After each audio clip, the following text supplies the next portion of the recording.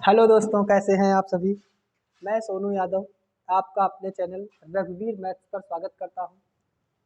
उम्मीद है आप सभी बहुत अच्छे होंगे और अच्छे से पढ़ाई कर रहे होंगे। इस समय अच्छी खासी तैयारियां होंगी, लेवल की तैयारियां सबकी चल रही होंगी। सबके अंदर एक जुनून होता है कि मुझे नौकरी मिलेगी, फिर गाड़ी खरीदेंगे, फिर शादी करेंगे, बढ़िया सब अच्छे से चलेगा, अच्छा खासा घर होगा, अपना सब कुछ जलवा होगा ना। तो इसी को लेकर हम आज एक बढ़िया सा टॉपिक आपके लिए लेकर आए हैं कि कैसे हम फैक्टर ज्ञात करते हैं, कैसे हम गुणनखंडों की संख्या ज्ञात करते हैं। छोटा सा टॉपिक है लेकिन हर किसी एग्जाम में कहीं ना कहीं एक आधा क्वेश्चन आता है। उत्तर प्रदेश लेखपाल राजस्व में भी इस बार एक क्वेश्चन आया था। राजस्व लेखपाल का जो भी हाल ही में पेपर हुआ उसमें भी एक क्वेश्चन आया था। ग्रुप डी में भी ऐसे क्वेश्चन आ रहे हैं, देखे जा रहे हैं। तो उस कंटेंट को आज हम यहीं पर खत्म करेंगे और आपको अच्छे से एकदम बहुत अच्छे से बारीकी से सिखाएंगे। ठीक है, चलो आज बात करते हैं कि गुणनखंड क्या होते हैं। गुणनखंड, अच्छा एक बात पूछते हैं, एक होता है गुणनखंड और एक होता है गुणज। क्या होता है? गुणज। दोनों में कोई फर्क मुझे बता सकता है? दोनों में एक फर्क होता है, एक छोटा सा फर्क होता है। ठीक है, और बहुत अच्छा है अगर जिसको गुणनखंड और फैक्टर के बारे में एक बातें पता हो तो क्वेश्चन करना बहुत आसान बात हो जाती है। गुणनखंड किसे करते हैं? तो गुणनखंड भैया इसे कहते हैं, जैसे मुझे 4 के गुणनखंड करने होते हैं तो गुणनखंड जो होते हैं संख्या से छोटे या संख्या के बराबर होते हैं। जैसे इसका पहला गुणनखंड 1 होगा, दूसरा 2 होगा और तीसरा क्या होगा? 4 होगा। तो इसके गुणनखंड कितने होंगे? 4 होंगे। लेकिन अगर गुणज की बात करें तो 4 का पहला गुणज 4, अगला वाला 8, 12, 16, 20 डॉट डॉट डॉट इन्फिनाइट। तो यहाँ से क्या बात पता चलती है कि जो गुणनखंड होते हैं वो डेफिनिट होते हैं। गुणनखंड क्या होते हैं? डेफिनिट। लेकिन जो आपके गुणज होते हैं वो इन्फिनाइट होते हैं। गुणज को हम नहीं ज्ञात। जैसे मुझे 2 का गुणज ज्ञात करना तो 2 के इन्फिनाइट गुणज होंगे। ठीक है, लेकिन अगर बात करें गुणनखंड की तो 2 का एक गुणनखंड 1 होगा और एक गुणनखंड कौन सा होगा? 2 होगा। मेरे भैया कौन सा होगा? 2 होगा। ठीक है, तो लगभग दोनों की बातों में दोनों लोगों को फर्क समझ में आया कि दोनों में फर्क क्या है, गुणनखंड किसे कहते हैं, गुणज किसे कहते हैं। तो प्यारे बच्चों, सभी ने अभी तक देखा होगा कि सभी को जो भी क्वेश्चन आज तक मिले होंगे वो जो क्वेश्चन होंगे वो क्वेश्चन इस पर आधारित होंगे, गुणनखंड पर। कोई गुणज पर तुम्हें नहीं मिलेगा क्वेश्चन कि गुणज कितने होंगे, क्योंकि गुणज इनफिनाइट होते। गुणजों की संख्या हम फाइंड आउट नहीं कर सकते, इसलिए कभी भी आपको गुणज नहीं पूछे जाएंगे। आपसे क्या पूछे जाएंगे कि गुणनखंड कितने होंगे। ठीक है, तो सवाल से ही सीधा आपको समझाएंगे। अच्छा, और एक बात करते हैं कि क्या क्या आपसे पूछा जा सकता है प्यारे बच्चों। ठीक है, तो सबसे पहले अगर बात करें तो आपसे क्या क्या पूछा जा सकता है, तो नंबर 1 पर आपसे पूछा जाएगा गुणनखंड कितने होंगे। गुणनखंड कितने होंगे, सबसे पहला सवाल। देखो सवाल कितने आएंगे इन बातों को समझेंगे।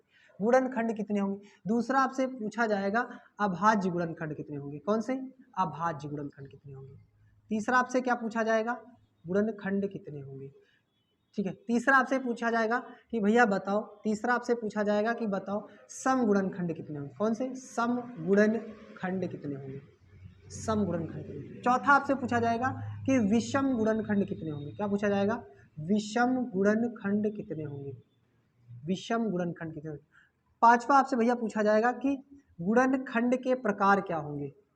गुणनखंड कितने प्रकार के होंगे, प्रकार क्या होंगे। और छठा आपसे पूछा जाएगा कि गुणनखंडों का योगफल क्या होगा। और एक आपसे पूछा जाएगा कि गुणनखंडों का गुणनफल क्या होगा। गुणनखंडों का गुणनफल क्या होगा, क्या होगा। ठीक है भैया, अगर ये वीडियो आपको अच्छा लगे ना तो भैया इसको सबसे ज़्यादा फैलाना, क्योंकि किसी को भी यहाँ से प्रॉफिट हो सकता। और मेरा मानना है ना, ये बेसिक टू हाई लेवल हो जाएगा। कितना हो जाएगा? हाई लेवल पूरा क्वेश्चन जाएगा। बेसिक टू हाई लेवल पढ़ा देंगे इसमें। आपको पूरा कंप्लीट गुणनखंड का टॉपिक मिलेगा, एक भी पॉइंट नहीं छूटेगा। गुणनखंड का कोई सवाल आए ना, भड़ाम से आप करोगे, आपको टाइम ही नहीं लगेगा भैया, सीधी सी बात है। चलो शुरू करते। तो इतने, जैसे मैंने पूछा एक क्वेश्चन आपको बेसिक सा पूछ लेते हैं कि 40 के अब वो ऐसे क्वेश्चन पूछेगा 40 के गुणनखंड कितने होंगे, 40 के अभाज्य गुणनखंड कितने होंगे, 40 के सम गुणनखंड कितने होंगे, 40 के विषम गुणनखंड कितने होंगे, 40 के गुणनखंडों के प्रकार कितने होंगे, 40 के गुणनखंडों का योग कितना होगा, 40 के गुणनखंडों का गुणनफल कितना होगा। इतने क्वेश्चन आते भैया, एक ही क्वेश्चन थे। अब तुम्हारे एग्जाम में क्या आ जाए ये तो हमें भी नहीं पता, आपको भी नहीं पता, इसलिए आपको सीखने तो ये 7 के 7 प्रकार होंगे भैया। ठीक है, बेसिक बातें हैं, सब कुछ आपको अच्छे से आएंगी। ठीक है भैया, चलो देखो इधर यहाँ पे लिखा है, हम इतने में आपको सवाल बताएंगे। ठीक है, यहाँ पे आपको हम सवाल बताना शुरू करते हैं। जैसे आपसे पूछ ले कि 40 के सभी गुणनखंड कितने होंगे, 40 के क्वेश्चन यहाँ बना लिखते हैं, क्वेश्चन यहाँ लिख देते हैं। ठीक है, चलो इसको साफ कर देते हैं ना, ये सभी ने इसको सब लोग लिख लीजिए भाई, इसको स्क्रीनशॉट ले लीजिए सभी लोग, सभी बच्चे इसका स्क्रीनशॉट ले लेंगे। ठीक है, चलो साफ करते हैं इसको। चलो देखो पहला क्वेश्चन आपसे मैंने छोटा सा पूछा, 40 के सभी गुणनखंड कितने होंगे। ऐसा भी आ सकता है 40 के गुणनखंड कितने होंगे। क्या पूछेगा, 40 के गुणनखंड कितने होंगे, 40 के सभी गुणनखंड कितने होंगे, कुछ भी पूछा जा सकता है। तो ऐसे उठाना है 40 को गुणनखंड के फैक्ट में करना। एक तो तरीका आपके पास ये कहता है 2 काटोगे कितना बनेगा 20, फिर 2 से काटो कितना होगा 10, फिर 2 से काटो कितना होगा 5। अब काहे से काटोगे, 5 से काटोगे 1। तो इसको क्या लिखेंगे, 2 कितनी बार आया 3 बार, तो 2 की पावर 3 इंटू 5 की पावर 1। ठीक है, क्या बना 2 की पावर 3 इंटू 5 की पावर 1। तो प्यारे बच्चों इसको हम ऐसे नहीं करेंगे, ये मैंने समझाने के लिए कहा, जिन बच्चों को ऐसे ना आए वो ऐसे ही करेंगे। ठीक है, तो मुझे किसका निकाला 40 का। 40 क्या होता है 8 इंटू 5 होता है। 8 को क्या लिखते हैं 2 का क्यूब इंटू 5, बन गया एक लाइन में। कुल गुणनखंड निकालने, पहला क्वेश्चन मैंने बोला था कुल गुणनखंड। कुल गुणनखंड से निकालोगे 3 में से 1 जोड़ो क्या बना 4, 1 में से 1 जोड़ो क्या बना 2, तो 4 दूनिया 8। कुल गुणनखंड कितने हो जाएंगे 8। मेरे प्यारे बच्चों कितने होंगे 8 होंगे। ठीक है, अगर क्वेश्चन 2 की बात करें तो क्वेश्चन 2 पूछ रहा था कि अभाज्य गुणनखंड कितने, क्या पूछा था अभाज्य गुणनखंड कितने होंगे। तो अभाज्य गुणन 3 और 1 4, ऊपर वालों का जोड़ 3 और 1 4, आप ऐसे लिखो 3 + 1 इक्वल टू कितना होगा। ठीक है, आगे की बात करते हैं। अब पूछा था मैंने कि सम गुणनखंड कितने होंगे। तो प्यारे बच्चों सबसे पहले हम विषम निकाल लेंगे। तो विषम कैसे निकालने, बताओ 2 सम है, सॉरी 2 कैसी संख्या है और 5 कैसी संख्या। तो आप कहेंगे कि 2 भैया सम है और 5 विषम है। तो सबसे पहले हम विषम निकालेंगे। तो विषम कैसे निकालना है, 5 है इसके ऊपर कितना लिखा 1, तो 1 में 1 जोड़ेंगे तो कितना हो जाएगा 2। तो 3 नंबर पर आपका क्या लिखा था सम, और 4 नंबर पर आपका क्या लिखा था विषम। तो विषम कितने आए, विषम कैसे निकालें फिर से एक बार देखेंगे।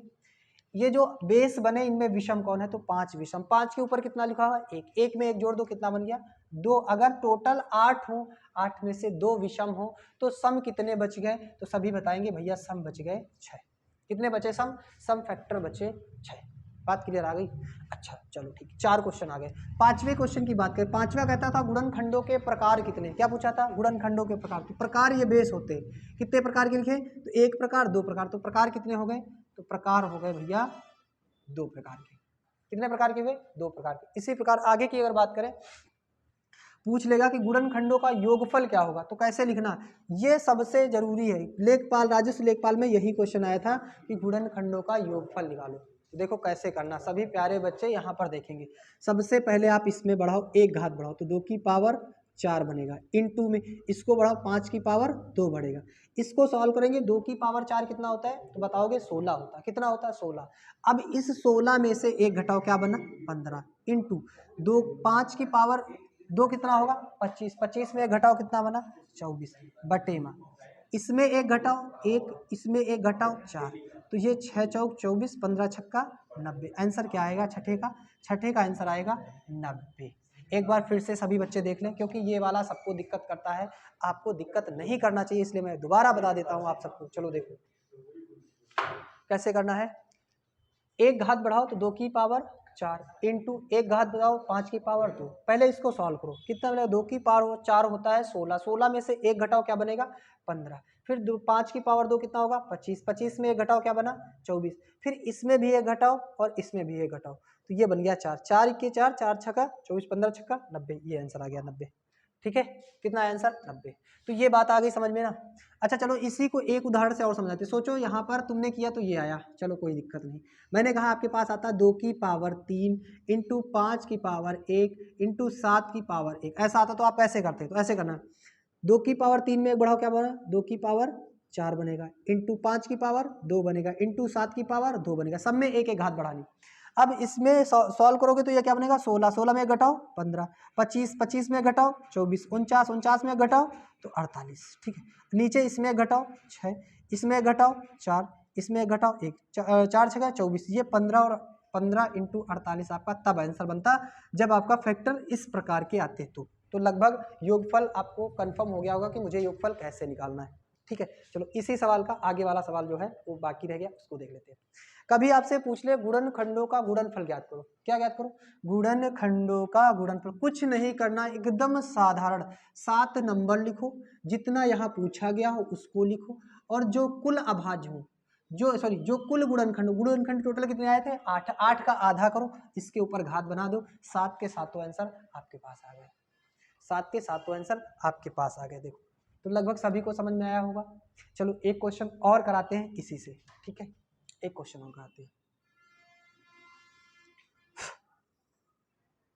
चलो देखो, जैसे आपके पास आ जाता है 216 के सभी प्रकार के गुणनखंड बताओ, जितने प्रकार आएंगे 216 के, तो हम क्या लिखेंगे प्यारे बच्चों बताइए। 216 क्या होता है, 6 का होता है क्यूब, क्या होता है 6 का क्यूब। तो इसको हम काहे फैक्टर करेंगे, 2 की पावर 3 इंटू 6 सॉरी इंटू 3 की पावर 3, यही तो बनेगा। 2 की पावर 3 इंटू 3 की पावर 3, हाँ ठीक है, 2 की पावर 3 इंटू 3 की पावर 3, यही तो बनेगा। चाहे तो आप जिनको ये बात ना समझ में ऐसे करिए, देखो 2 की पावर 16 लिखो, फिर 2 से काटो तो कितना बनेगा 10 0 8, फिर 2 से काटो कितना बनेगा 5 4, फिर 2 से काटो कितना बनेगा तो कहोगे 27 बनेगा, फिर कहाँ से काटोगे 3 से काटोगे तो यहाँ कितना बनेगा 9 बनेगा, फिर 3 से काटो कितना बनेगा 3 बनेगा, फिर 3 से काटो कितना बनेगा 1, तो कितनी बार 3 आया तो 3 की पावर 3, 2 कितनी बार है तो 2। तो ये आपका बेसिक तरीका, लेकिन आप जल्दी से क्वेश्चन करने के लिए अब आप सभी स्मार्ट बन गए हैं, ठीक है, तो स्मार्ट वाली ही पढ़ाई करनी, ये सब कक्षा 2 वाला काम नहीं करेगा, ठीक है ना। तो ये वाला आपको लगता है आप सभी बड़े हो गए ना, 18 साल प्लस हो गए ना, तो काम ऐसा करना प्लस वाला, ठीक है। चलो ठीक है, तो ये क्या बना 2 की पावर 3 3 की पावर। पहला क्वेश्चन क्या था, कुल गुणनखंड बताओ, तो कुल गुणनखंड 3 में एक बढ़ाओ 4, 3 में एक बढ़ाओ 4, 4 चौक 16, आंसर हो गया। अगर आपसे पूछ लेता है कि बताओ गुणन अभाज्य कितने हैं, तो 3 3 6, दूसरा सवाल क्या हो गया 3 3 3 प्लस 3 कितना हो गया 6। अभाज्य कैसे निकालते हो, जो घात लिखे उन्हीं को जोड़ लो। तीसरा सवाल आप कैसे लगाएंगे, तीसरा और चौथा दोनों साथ में लगाने, सबसे पहले विषम निकालेंगे उसके बाद सम। तो विषम कितना लिखा 3 विषम होता है, 3 के ऊपर कितना है 3, तो 3 में एक बढ़ाओ कितना हो गया 4, 4 विषम हो गए टोटल कितने में 16 में, 16 में 4 विषम हो गए तो 12 क्या बच गए आपके, 12 आपके क्या बच गए, 12 आपके बच गए सम गुणनखंड, ठीक है। आगे पांचवें की बात करते हैं। अगर पांचवें क्वेश्चन की बात करें तो पांचवा क्वेश्चन कह रहा था गुणनखंडों के प्रकार कितने होंगे, तो प्रकार कैसे निकालेंगे, 2 और 1, ये मतलब 2 एक प्रकार ये हो गया, एक प्रकार ये हो गया, 2 और 3 अलग अलग संख्या है ना, तो कितने प्रकार हुए 2 प्रकार, ये आपका 2 प्रकार हो गया। अगला पूछा था गुणनखंडों का योगफल, तो योगफल के लिए फिर वैसे ही बात करेंगे, कैसे 2 की पावर 3 लिखा तो 2 की पावर 4 इंटू 3 की पावर कितना बनेगा 4, तो 2 की पावर 4 कितना होता है 16, 16 में एक घटाओ कितना बनेगा 15, ये कितना बनेगा 3 की पावर 4 27 इंटू 3 81, 81 में से एक घटाओ कितना बना 80। अब इसको हल कर लेंगे, इसमें एक घटाओ इसमें एक घटाओ तो ये कितना बन गया 40, तो 15 चौको 60, यानी छठे क्वेश्चन का आंसर कितना आ जाएगा, छठे क्वेश्चन का आंसर आएगा 600, क्या आ जाएगा गुणनखंडों का योगफल कितना आएगा 600। अब गुणनखंडों का गुणनफल निकालना तो कैसे निकालना, 216 उठा के यहाँ लिख लो और उसी के ऊपर इस घात का आधा चढ़ा दो, आधा कितना हो जाएगा 8, बस आंसर हो गया। इस प्रकार के आपको सभी आंसर सबके सब आंसर करने, बात आ रही समझ में सभी बच्चों को, बताओ भैया ऐसे सवाल सभी को आ जाएंगे। अच्छा कुछ बेसिक सवाल भी कर देते हैं, बेसिक सवाल कैसे करेंगे सभी बच्चों को बता देते, कुछ बेसिक सवाल भी इनसे रिलेटेड आते हैं वो कैसे करने। कभी कभी सवाल आपसे पूछ लेगा कि 15 की पावर 3 इंटू 10 की पावर 4 इंटू 3 की पावर 3 में अभाज्य गुणनखंडों की संख्या, तो कुछ नहीं करना, ये तो एकदम बेकार, जीरो जीरो सवाल, ऐसे सवाल हम नहीं क्या, लेकिन अब बताना पड़ रहा है आपको, नहीं आ रहे हैं, ठीक है। तो इसको क्या लिखेंगे 3 की पावर 3 इंटू 5 की पावर 3 इंटू 2 की पावर 4 इंटू 5 की पावर 4 इंटू 3 की पावर 3, तो 3 की पावर 1 लेगा, लिख लेंगे 2 की पावर 1 जगह 5 की पावर, तो 2 की पावर 4 बनना है एक बार, 3 की पावर 6 बनना और 5 की पावर 7 बनना है। बना रहा है कि नहीं बना, बताओ भाई, यही तो बनना। देखो 5 5 4 3 7 और 2 इधर है 3 3 6, अब इसको आगे बढ़ाओ, एक बढ़ाओगे 5, एक बढ़ाओगे 7, एक बढ़ाओगे 8, ठीक है, आंसर हो गया 8 5 40 और 40 इंटू 7 7 चौक 28 280। आंसर कितना आ जाएगा 280। इस प्रकार का भी सवाल एग्जाम में पूछा जाता है, खूब पूछा जाता है। ठीक है, एक सवाल ऐसा और आपसे इस प्रकार का भी सवाल पूछ सकता है कि 6 की पावर 6 इंटू 10 की पावर 10 इंटू 12 की पावर 4।